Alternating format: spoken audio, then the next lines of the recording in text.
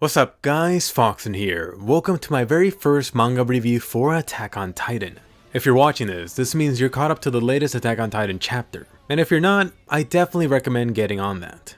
Alright, so let's get started. Every once in a while it seems like we get one of these chapters that's dropped and has a ton of info. Chapter 95 for Attack on Titan was definitely a pretty meaty chapter.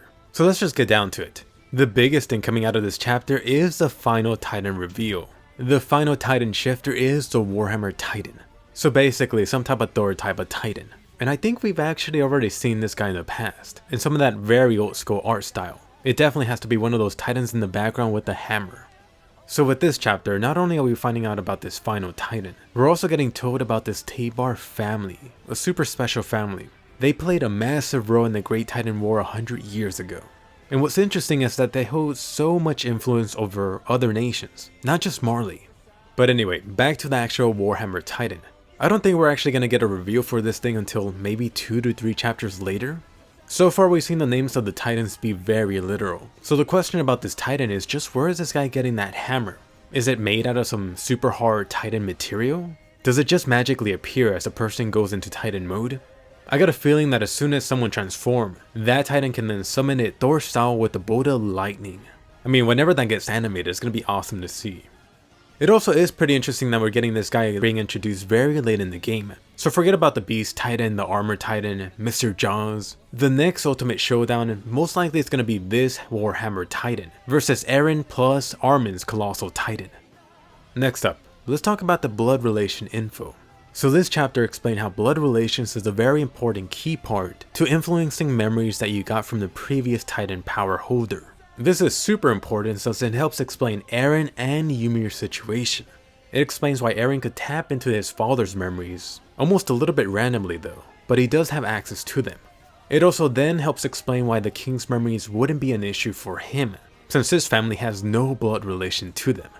As for Ymir, this also helped to explain why she didn't have any memories from Marcel. And then likewise, in present day, Paco has no memories from her. Although I got a feeling he's going to be able to access Marcel's memories from that. Now, this actually also brings up an interesting other thing about Armin and his Colossal Titan powers. In his current state, he should have no access to any of Bert's memories. The question is there a possible way around this limitation? We've already seen Eren access the powers of the founding Titan. I got a feeling that Armin is also going to find a way to tap into previous memories too.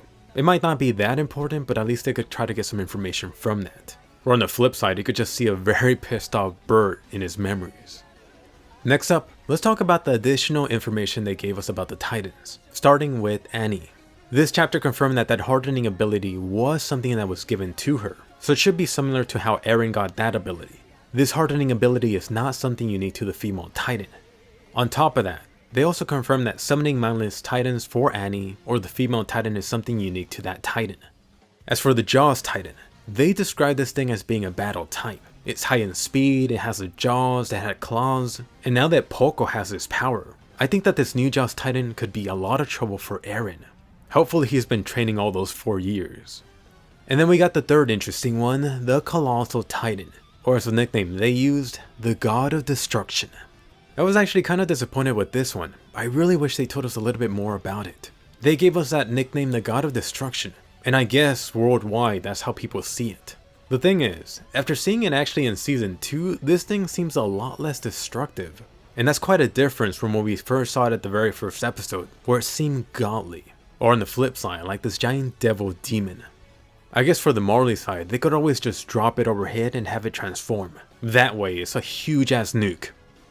Up next, this chapter gave us a bit of an idea where the series is heading.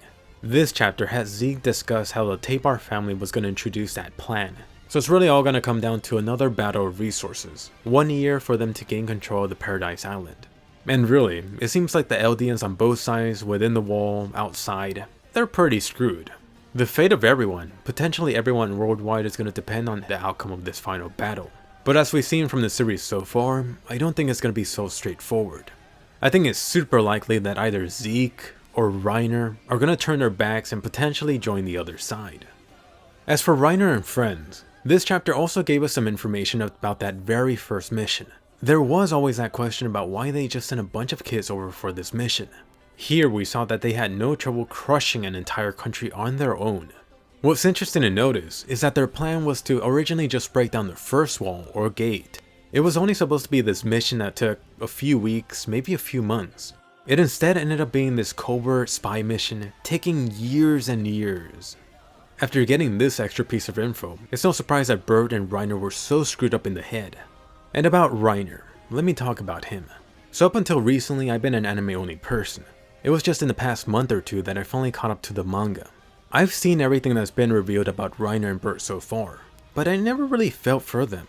I mean, they've had it rough, but you guys are still the guys that killed, what, 500,000, 250,000 people? You just can't let that go by.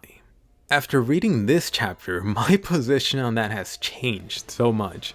So like a lot of people in Attack on Titan, Reiner has a very screwed up past. You got this kid growing up in this internment camp, being super brainwashed with all that propaganda, especially from his mom. From this chapter, we see this douchebag father that wants nothing to do with them, especially Reiner. And then we find out that Reiner wasn't even supposed to get the Armored Titan power. And then the cherry on top is Marcel getting killed at the very end before they reach that wall. So talk about having a screwed up life. So yeah, just with this one chapter, Mr. Isayama has got me caring so much for him. Anyway, as a side note, let me mention also Peak.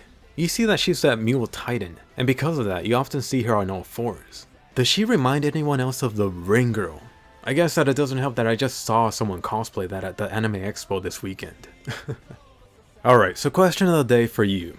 Do you have any theories or predictions as to what's going to happen next, or how all of this is going to wrap up? I mean, it seems to be going in one direction, but this is Attack on Titan.